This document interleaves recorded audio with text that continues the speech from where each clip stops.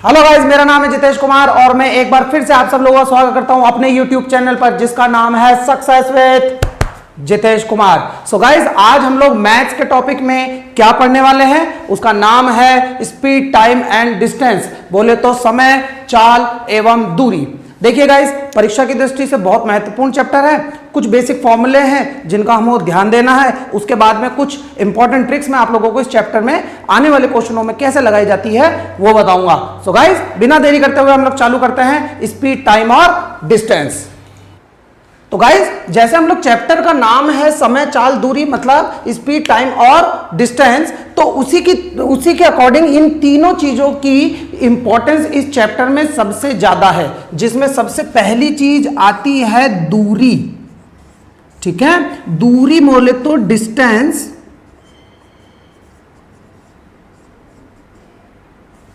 इसका फॉर्मूला होता है समय गुणा चाल। ठीक है, अब इसी फॉर्मूले से बाकी के फॉर्मूले भी बन जाते हैं। जैसे कि अगर मान लीजिए कि मुझे समय ज्ञात करना हो, बोले तो मुझे यदि टाइम पता करना हो तो टाइम का फॉर्मूला हो जाएगा दूरी बटा चाल। और तीसरा फॉर्मूला अपना बनता है इसमें चाल का। चाल बोले तो स्पीड,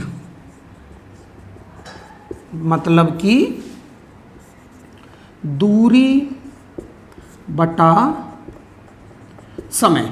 तो ये दूरी, समय और चाल, इन तीनों के लिए हम लोग सूत्र जो लगाते हैं वो है समय गुणा चाल, दूरी बटा चाल और दूरी बटा समय। तो ये बेसिक फॉर्मूला है, ये हमको पता रहने चाहिए और यही हमेशा फॉर्मूलों में हम लोग पुट भी करेंगे। लेकिन एक जो इंपॉर्टेंट चीज है वो आप लोगों को ध्यान में रखनी पड़ेगी। ये फॉर्मूले जब भी काम करते हैं जब इनकी इकाई समान हो, मतलब सेम यूनिट हो।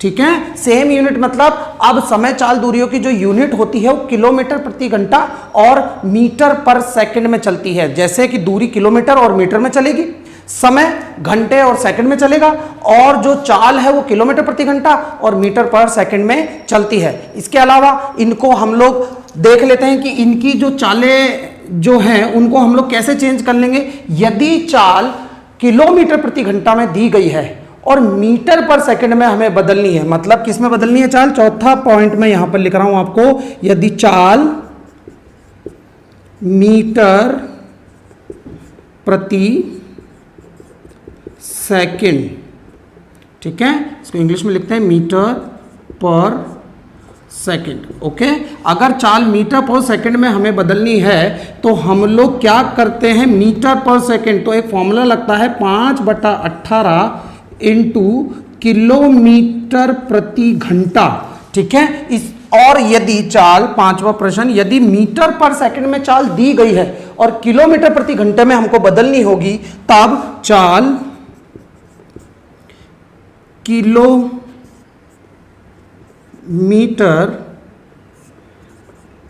प्रति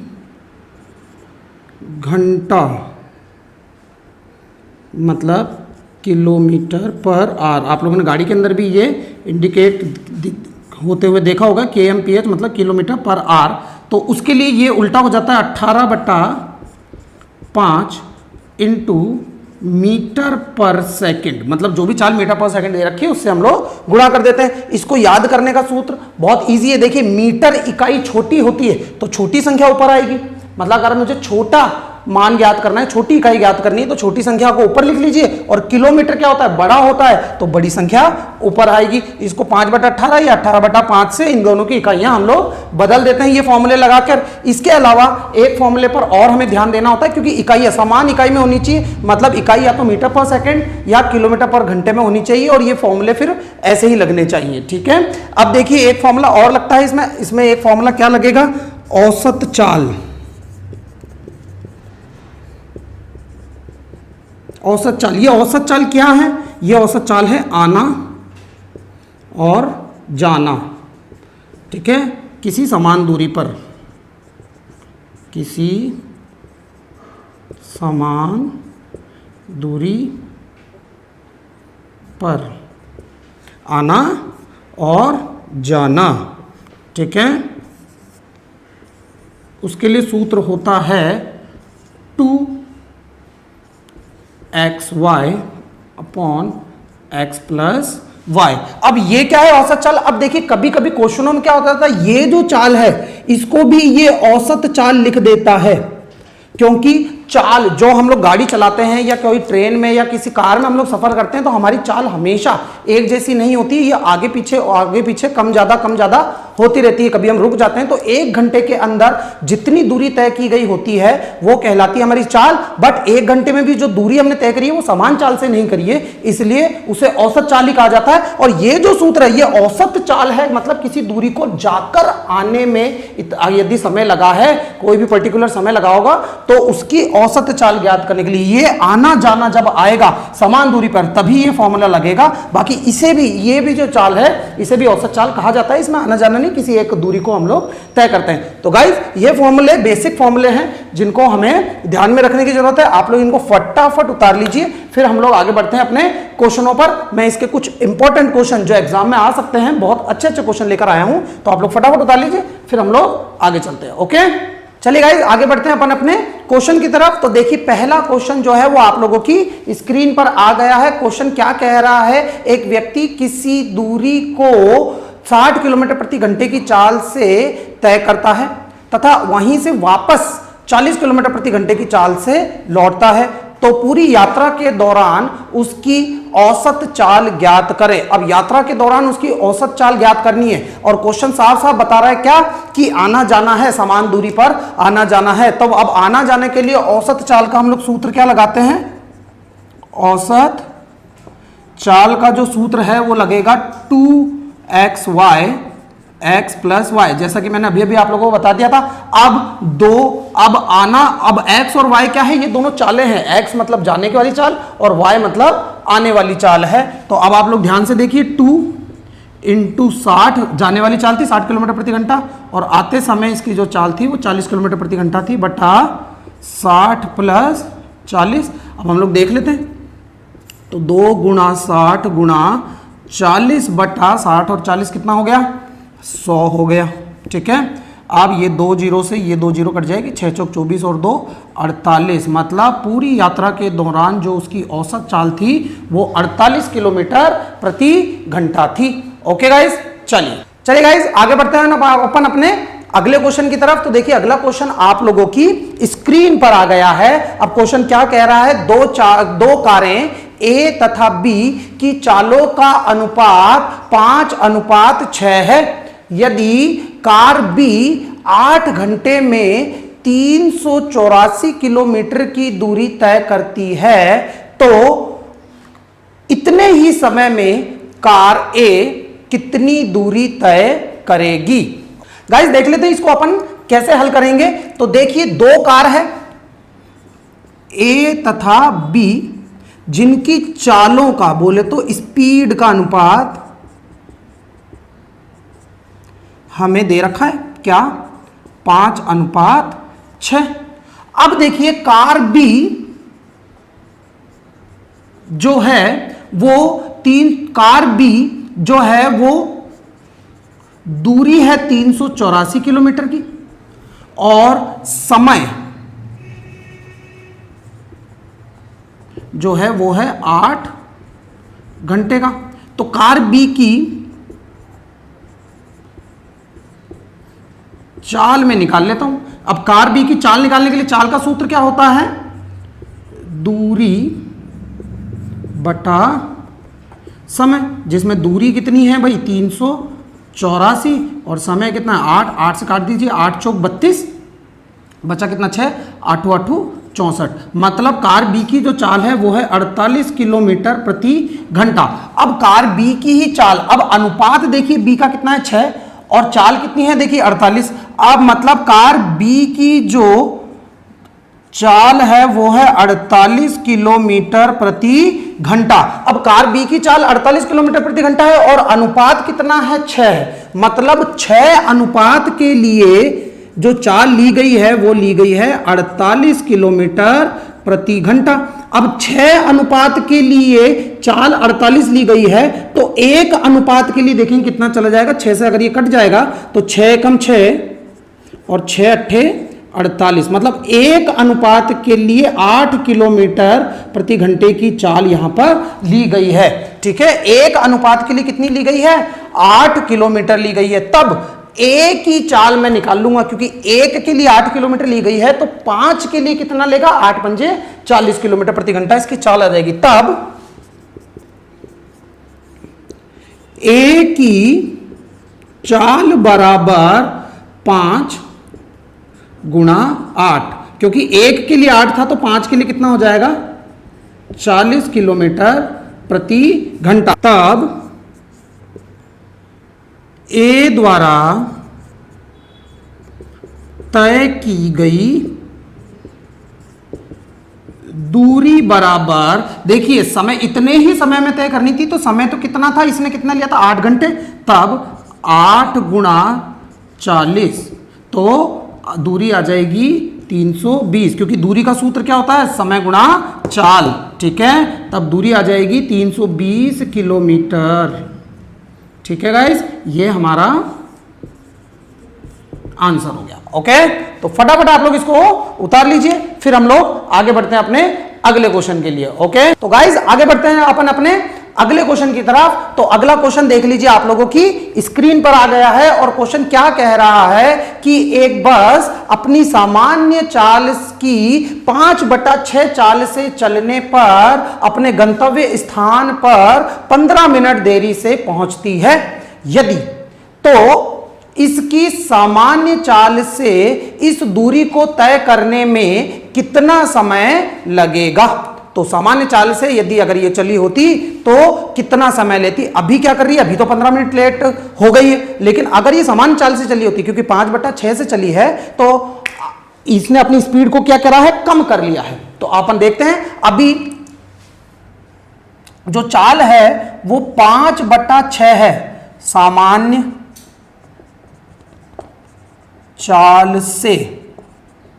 ठीक है गाइस, जब भी इस प्रकार से आ जाएगा सामान्य चाल का 5/6 है, तो इसमें हम लोग क्या करते हैं, इसमें हम लोग चालों का अनुपात देख लेते हैं, जैसे मैंने आप लोगों को फर्स्ट क्वेश्चन में बताया था। तो देखिए, एक तो इसकी सामान्य चाल होनी चाहिए थी, और एक अब जिससे चली है, तो अब किससे चली है, 5/6 से चली है। तो नीचे वाला जो हमेशा हर वाला जो अंक होता है, ये हमेशा सामान्य चाल का अंक होगा। ये जो हमेशा अनुपात होगा ये सामान्य चाल का होगा, मतलब 6:5, मतलब अब ये चालों का अनुपात हो गया। मतलब सामान्य चाल थी इसकी 6 और अब इसकी चाल हो जाएगी कितनी, 5। हमेशा नीचे वाला जो अंक होता है हर, वो ही सामान्य चाल का अंक होता है। ठीक है, तो चाल का अनुपात 6:5 है। अब गाइज मैं आप लोगों को एक बहुत इंपॉर्टेंट बात बताने जा रहा हूं, उसको ध्यान से देखिए कि यदि ये एक नोट भी है, आप लोग चाहो तो ये नोट डाल के लिख सकते हो कि यदि किसी 2 वाहनों की चालों का अनुपात, ठीक है, 2 वाहन भी हो सकते हैं या एक वाहन की अलग अलग चाल, अलग अलग चाल का अनुपात यदि A/B हो, तब उनके द्वारा लिए गए समय का अनुपात B/A हो जाएगा। ओके गाइस, मतलब यदि किसी 2 वाहन या अलग अलग वाहनों की चाल का अनुपात A/B हो, तब उनके द्वारा लिए गए समय का अनुपात B/A हो जाएगा। मतलब यदि चाल 6:5 है तो समय का अनुपात AB है तो 5:6 हो जाएगा। अब हमने समय का अनुपात क्यों लिया गया है, क्योंकि यहां पर प्रश्न में दिया गया है 15 मिनट देरी से पहुंचती है।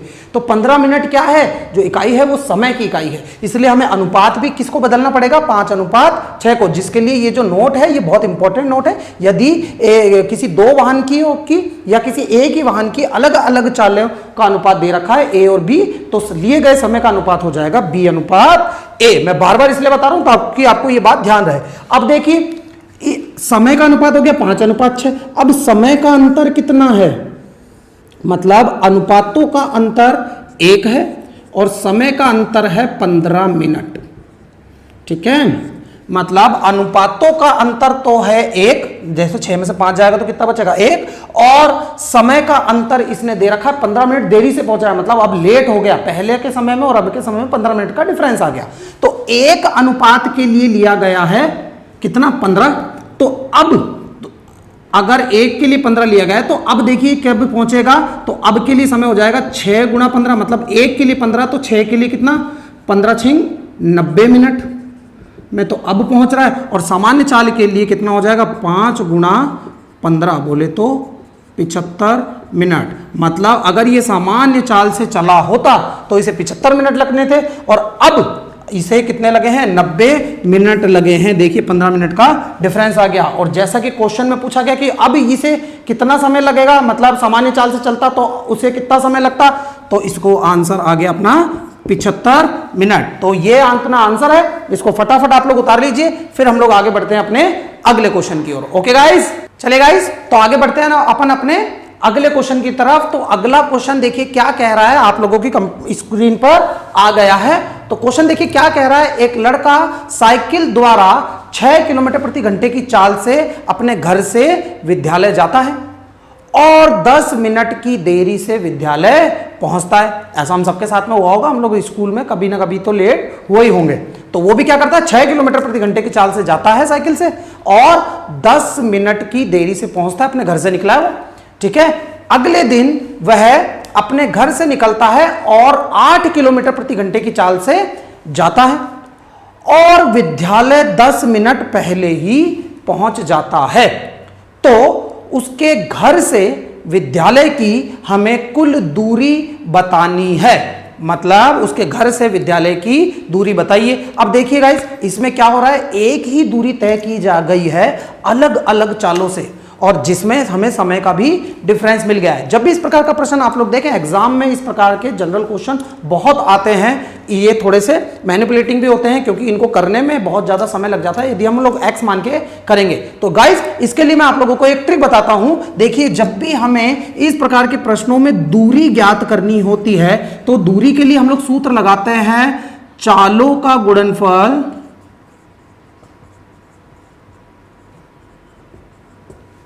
बटा चालों का अंतर इनटू समय का अंतर। और ये फॉर्मूला कब काम करेगा, जब समान इकाई लेंगे हम, समान इकाई मतलब सेम यूनिट। अगर इंग्लिश में बोलें तो product multiplication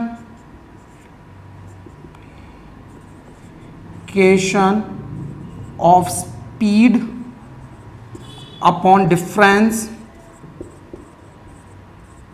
of speed into difference of time। ठीक है, किसमें, सेम यूनिट में।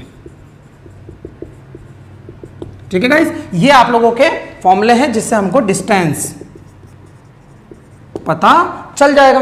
अब यही मैंने हिंदी में भी और इंग्लिश में भी लिख दिया ताकि हमारे दोनों ही मीडियम के जो बच्चे हैं उनको ये चीज समझ में आ जाए। ये ट्रिक बड़ी ही नॉर्मल सी ट्रिक है, इसको बस आप लोगों को ध्यान में रखना है और एग्जाम में यदि क्वेश्चन आ जाए तो लगा देंगे। अब देखिए, चालों का गुणनफल, पहले दिन उसकी चाल क्या थी, 6, दूसरे दिन उसकी चाल कितनी थी, 8। अब डिफरेंस ऑफ स्पीड कितना है, 8 में से 6 जाएगा, बचेगा 2।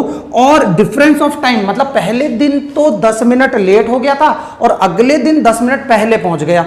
मतलब जो चालों का जो डिफरेंस, जो समय का डिफरेंस है वो है 20 मिनट्स। क्योंकि पहले दिन मान लीजिए स्कूल का टाइम 8 बजे था, तो पहले दिन तो वो पहुंचा 8:10 पे और अगले दिन पहुंच गया है वो 7:50 पर ही। तो डिफरेंस ऑफ टाइम कितना गया? 20 मिनट। लेकिन किसमें, हमें किसमें चाहिए? सेम यूनिट में। अब मिनट के साथ क्योंकि 4 किलोमीटर प्रति घंटा है तो समय भी हमें आवर्स में चाहिए। तो मैं क्या करूंगा? 20/60 कर दूंगा, क्योंकि जैसे डिवाइड करूंगा मिनट को 60 से तो वो सेम यूनिट हो जाएगी, मतलब समान इकाई हो जाएगी।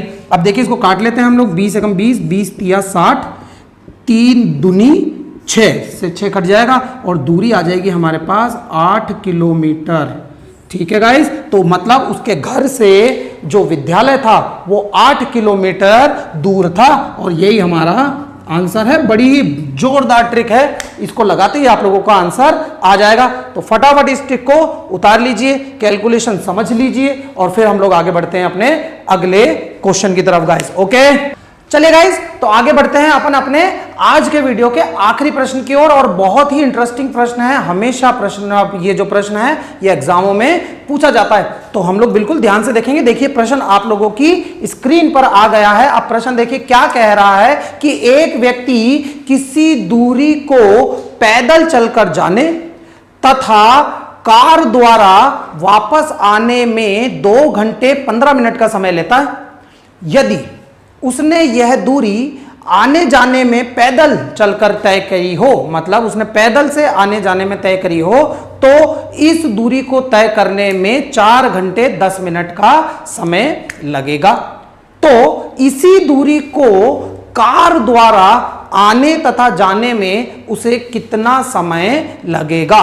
बहुत ही अच्छा क्वेश्चन है और यह क्वेश्चन हमेशा ही परीक्षाओं का हिस्सा रहा है।